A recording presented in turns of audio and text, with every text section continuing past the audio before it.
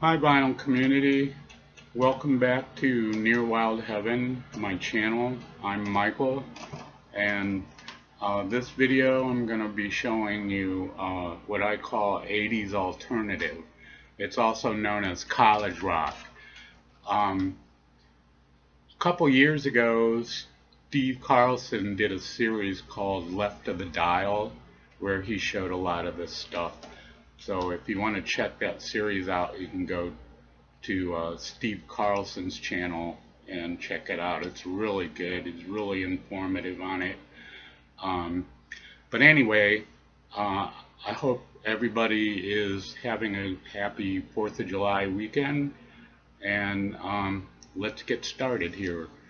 So, first up, this is the Jesus and Mary Chain Automatic from 1987, the third album.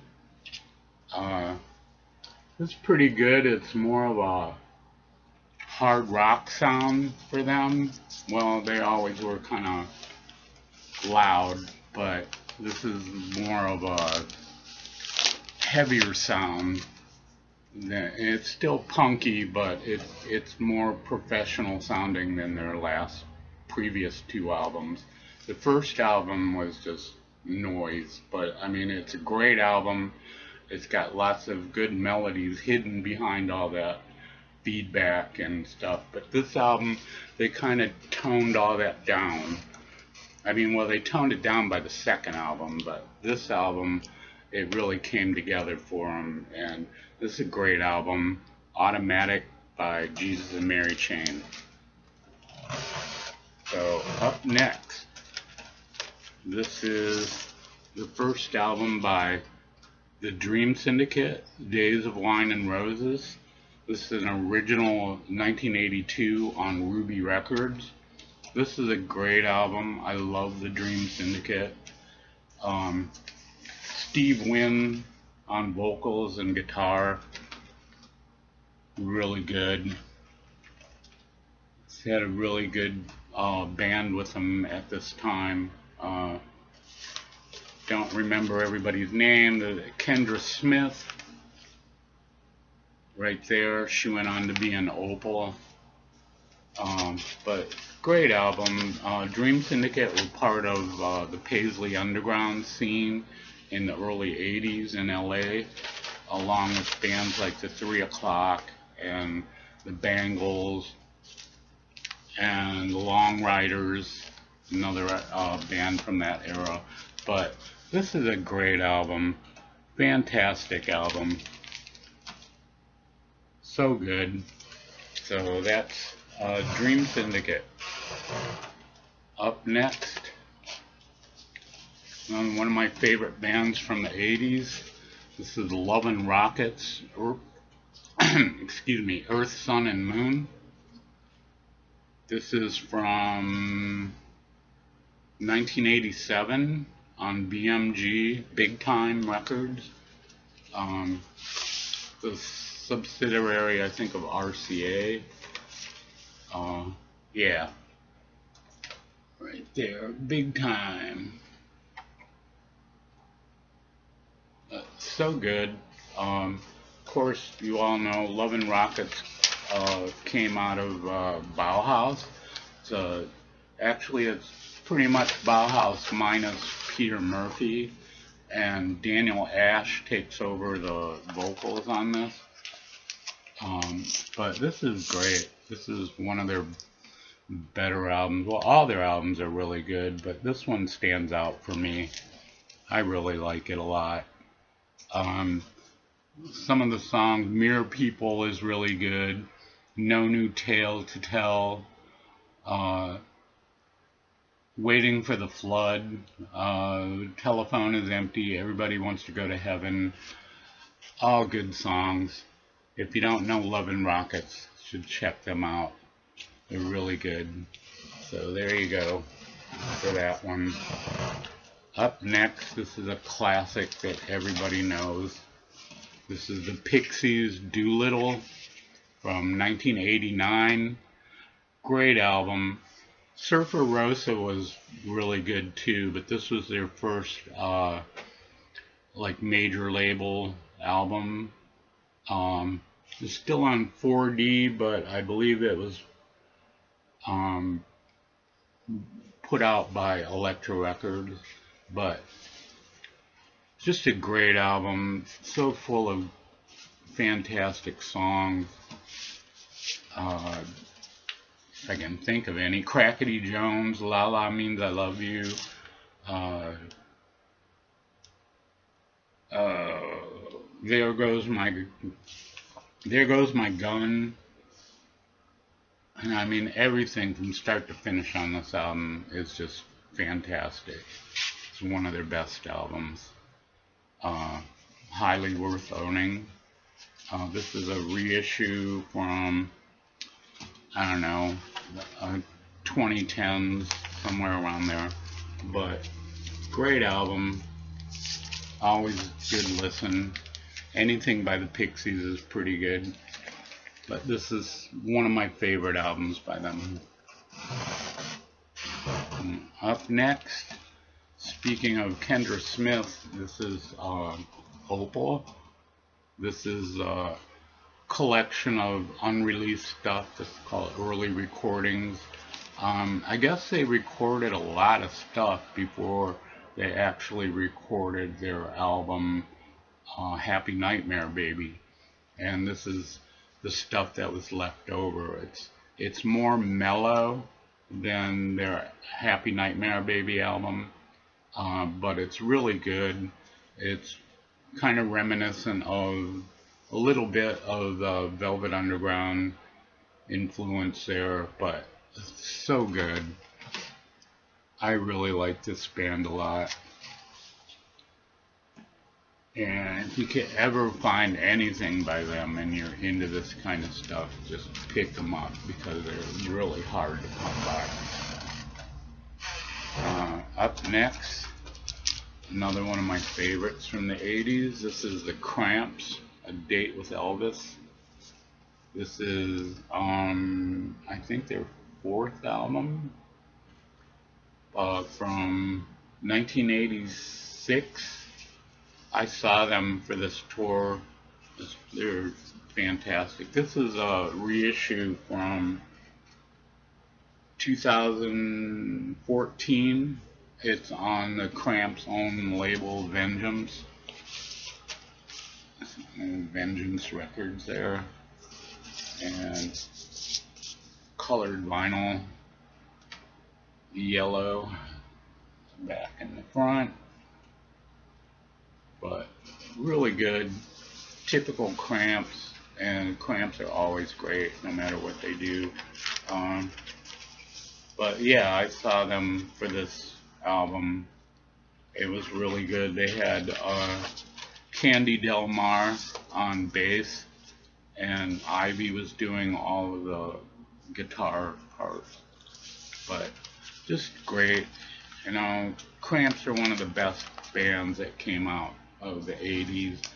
They're at least one of the most exciting bands to come out of the 80s.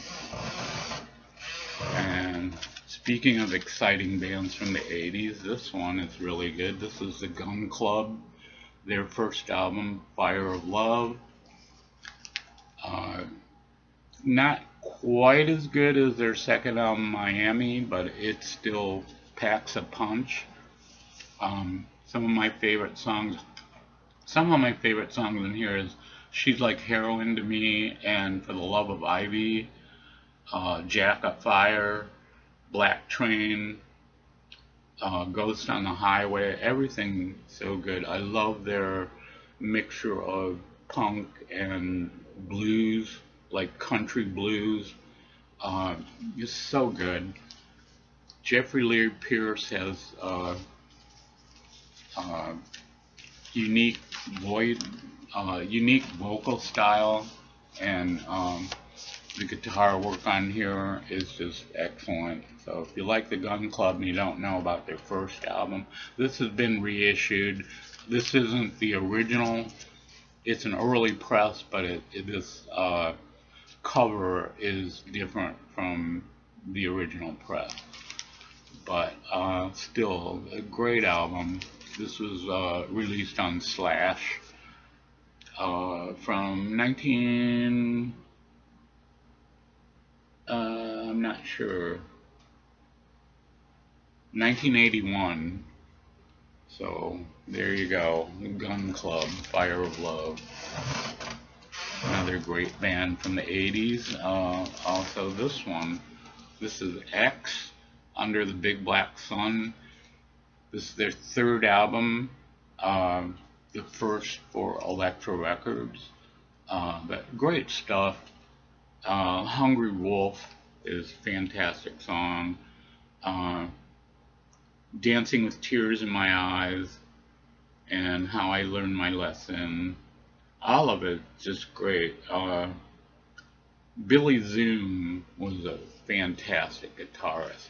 He fit this band so well. The rockabilly stylings and just so good. But X is one of the best bands. I know I said that before. I said that about the Gun Club and the Cramps. But all the stuff is a period of music just after punk died out or started to die out, like the early 80s.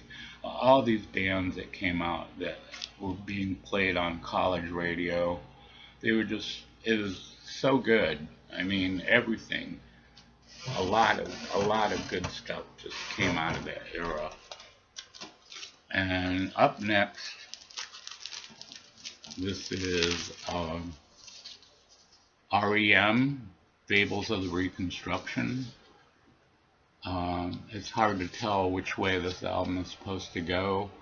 It could be Fables of the Reconstruction or Reconstruction of the Fables, but either way, it's a great album. Their third full-length album. It's a label on IRS. Really good stuff. This, I don't know even where to begin with the great songs on this. The opener, Feeling Gravity's Pull, is just so good. Life and How to Live It, Green Grow the Rushes, Can't Get There From Here, Maps and Legends, Driver 8, all of them just classic REM song. Fantastic band. I love this band. In fact, I named my channel after one of their songs. And I've seen them a lot, and I did see them for this tour. And it was at the Music Hall in Cleveland, downtown Cleveland. It was so good. The opening act was Richard Thompson from Fairport Convention. The whole concert was just so great. And what I really liked about it was, for an encore, they came out and did Fun Time by Iggy Pop, and it just blew me away. It was just so good. But yeah, REM, Fables of the Reconstruction, great album. Up next, this is the Flesh Eaters, Forever Came Today. This is from 1982. This is a reissue on Superior Viaduct, and it's, I don't know, probably about 2015, 2016, somewhere around there, a reissue, but really good. The singer, Chris D, his voice is a little bit hard to get used to, but once you get past that, it's a great album. Great alternative rock. Maybe slightly similar to the Gun Club, stuff like that. But still, they have another album out called Minute to Pray, A Second to Die. That's also pretty good. But this one I kind of like more. The vocals aren't as wild as they are on the other album. But great album. Up next, We got, this is New Order, Power, Corruption, and Lies. This is from 1982 or 1983.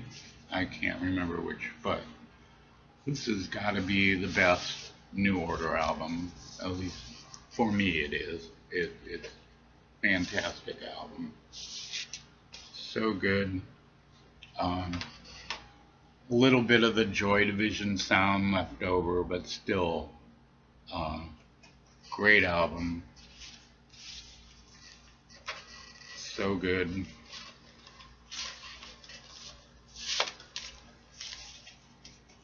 And I did see this band too. They were on not for this album, it was a few years later, and they were doing a stadium tour with Public Image Limited and the Sugar Cubes. And I believe New Order was the headliners. But just a great album. It was a great show. And fantastic band from the 80s. This one's a little bit more obscure. This is Salem 66, A Ripping Spin.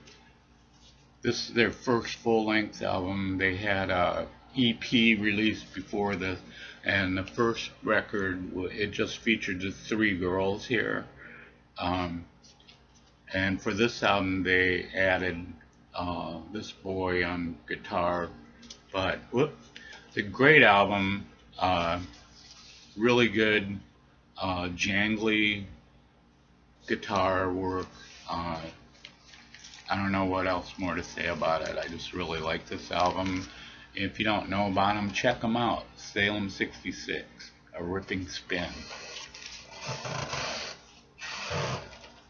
Up next, this is the Meat Puppets. Meat Puppets number 2, their second album, obviously. Another great band. These guys were from Texas. They did the songs on here like Plateau, Lake of Fire, Split Myself in Two, I'm a Mindless Idiot. They're all good songs. Great band. This is on SST.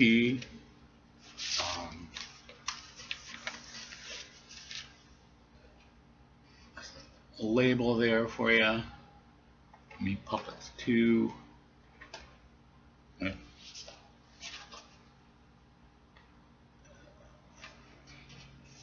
But really good.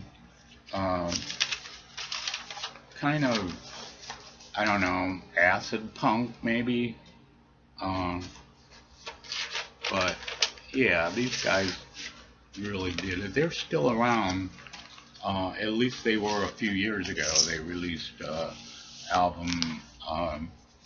It's the two brothers, the Kirkwood brothers, or Kirkwood, and one of them has a son now that's in the band.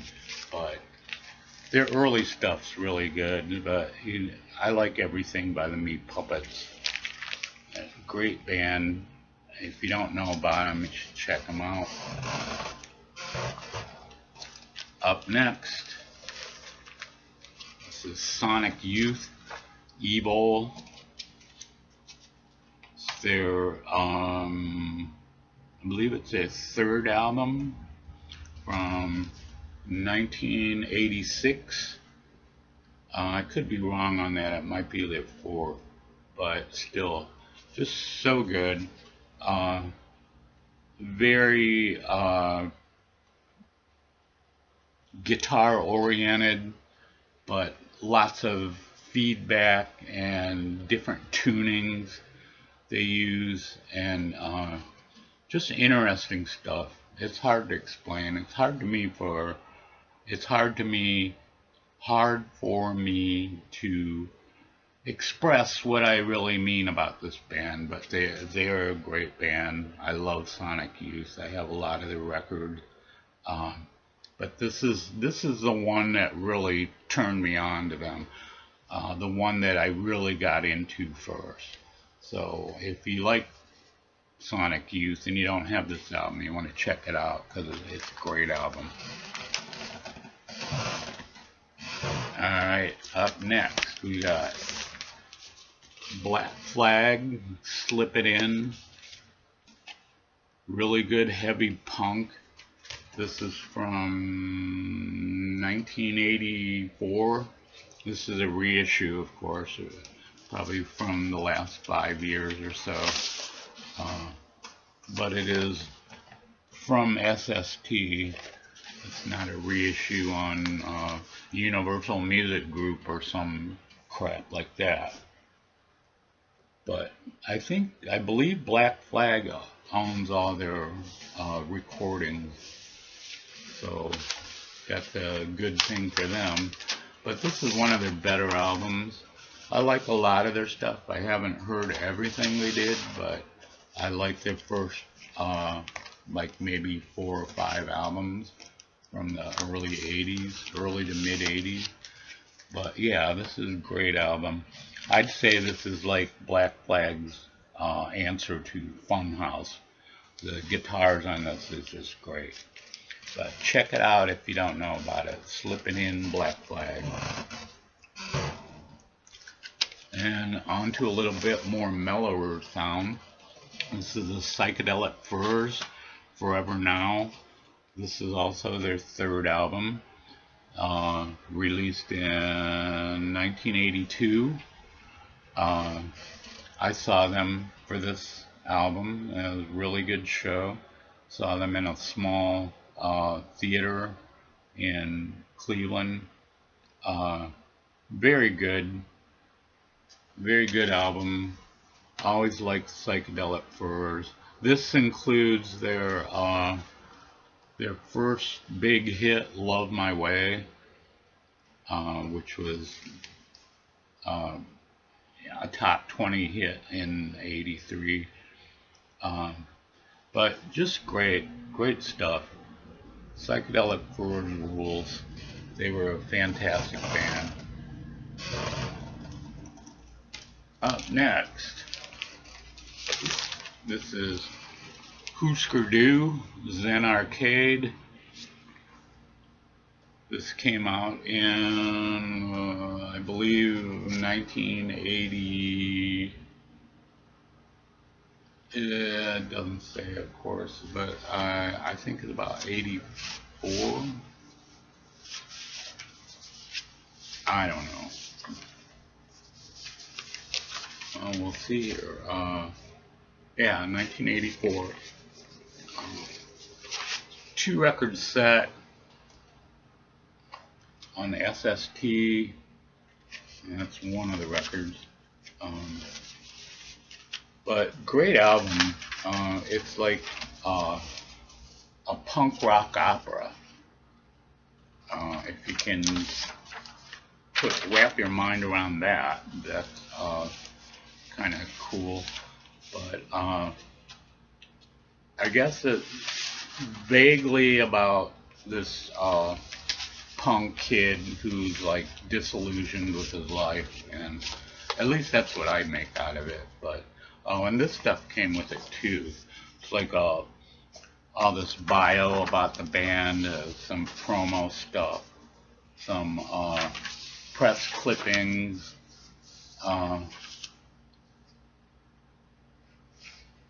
Really good, kind of cool stuff. But yeah, great album. Zen Arcade, Husker Du. They did a lot of great stuff throughout the 80s. A lot of the SST bands were pretty good back then. So that's for that one. Up next, this is Echo and the Bunnymen, Porcupine. This is their 3rd album. I'm showing a lot of 3rd albums here. This is great. I love this album. I like all of Echo and the Bunnymen's albums, but this one opens with The Cutter. It has a string arrangement by, I believe it's Ravi Shankar's son. I don't know his full name, But yeah, this is really good 80s alternative rock. Uh, Besides the Cutter, there's Back of Love, uh, Heads Will Roll, Gods Will Be Gods. Just great album from start to finish.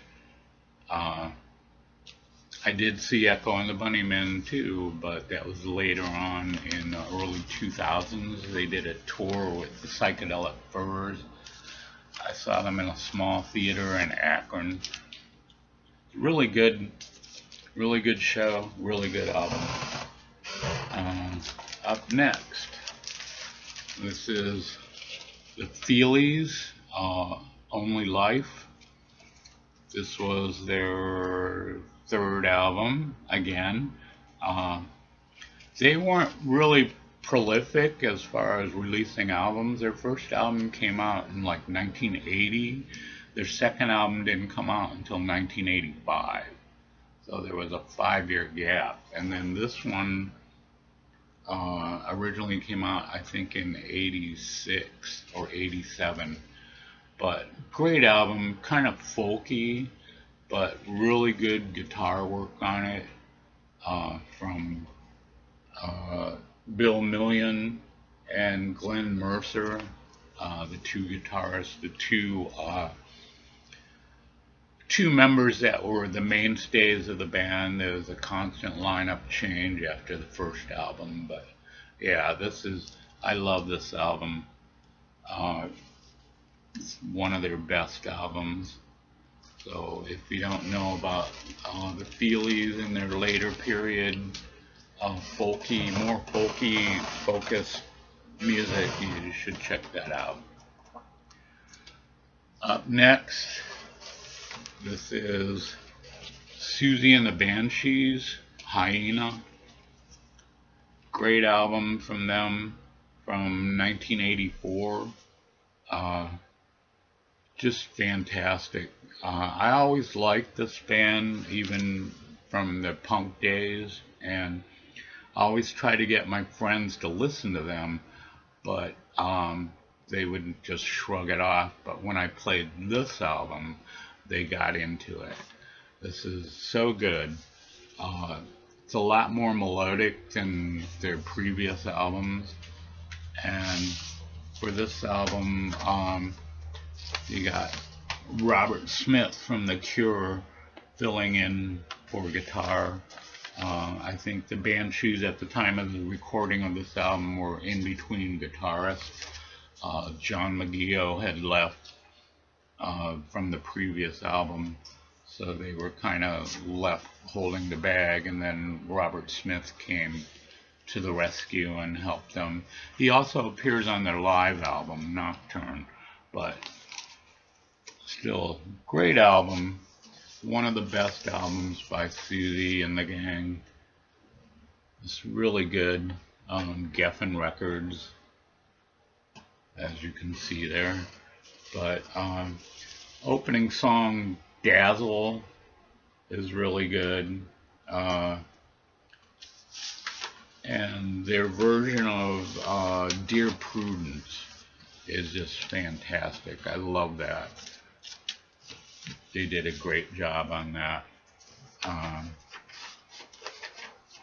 know they also did a cover of Helter Skelter on one of their earlier albums, so the Banshees were secret Beatles fans.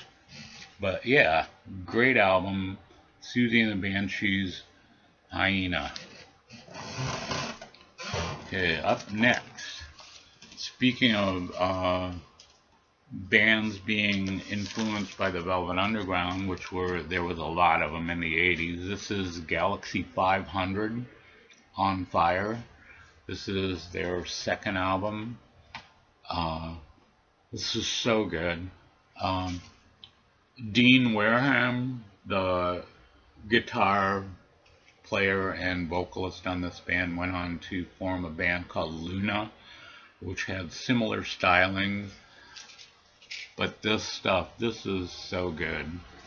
If you like Velvet's inspired 80s alternative rock, this is the one to get. It's just a fantastic album from start to finish. This Galaxy 500 on fire. So a few more here. This is The Cult, Love, from 1985. This is a great album. This is one of my favorite albums by this band. I don't know what to say about it. It's just good from start to finish. First song, Nirvana, Big Neon Glitter, Brother Wolf, Sister Moon, Hollow Man, Revolution, She Sells Sanctuary. That was the big hit off of this. But excellent album from this band. They put out a few more. After this album, they went to a more hard rock sound with their album. I got the album. I can't think of the name of it, but you all know what I mean. It's a really good album. And this is a great album too. It's called Love. So good. Up next, this is another band I saw in the 80s. This is The Cure, The Head on the Door. This is a Rhino reissue from 2015, I think. This originally came out in 1985. So good. I always liked The Cure. I liked them from the very beginning when I first heard their stuff from their first album. But this has got to be like the pinnacle of their pop sound, as some of their earlier albums, they tended to be a little more goth, but or their album like Pornography is really goth sounding, but this one is more poppy. It still has the goth elements to it, but it's a lot more poppy. Just also the album after this one, Kiss Me, Kiss Me, Kiss Me, was also in the same vein as this. And eventually with Disintegration album, they would return to their more goth sound. But this is a great album. Head on the Door, The Cure, from 1985. And one more here. This is The Fall, This Nation's Saving Grace. Great album. This is a reissue from 2015. I believe the original was a gatefold. I'd love to get my hands on an original, but this was 2014, originally 1985. But The Fall, great album, great band. They have a million albums out, and it's really hard to decide which ones to get. And some of their albums might be a little bit hard to get into, but for the most part, this album just rocks. This is a great album. Most of their early albums are pretty good. They did a few that were just a little bit too off the wall for me, but for the most part, I like just about a lot of their stuff. But this album, though, this is a great album. I love this album. The Fall, This Nation's Saving Grace. So that's it for now. I'd like to thank everyone that subscribed and the people who leave comments. At least there's some people out there leaving comments. So thanks for tuning in, and I hope you all have a happy and safe 4th of July, and I'll see you again real soon. So take care, VC.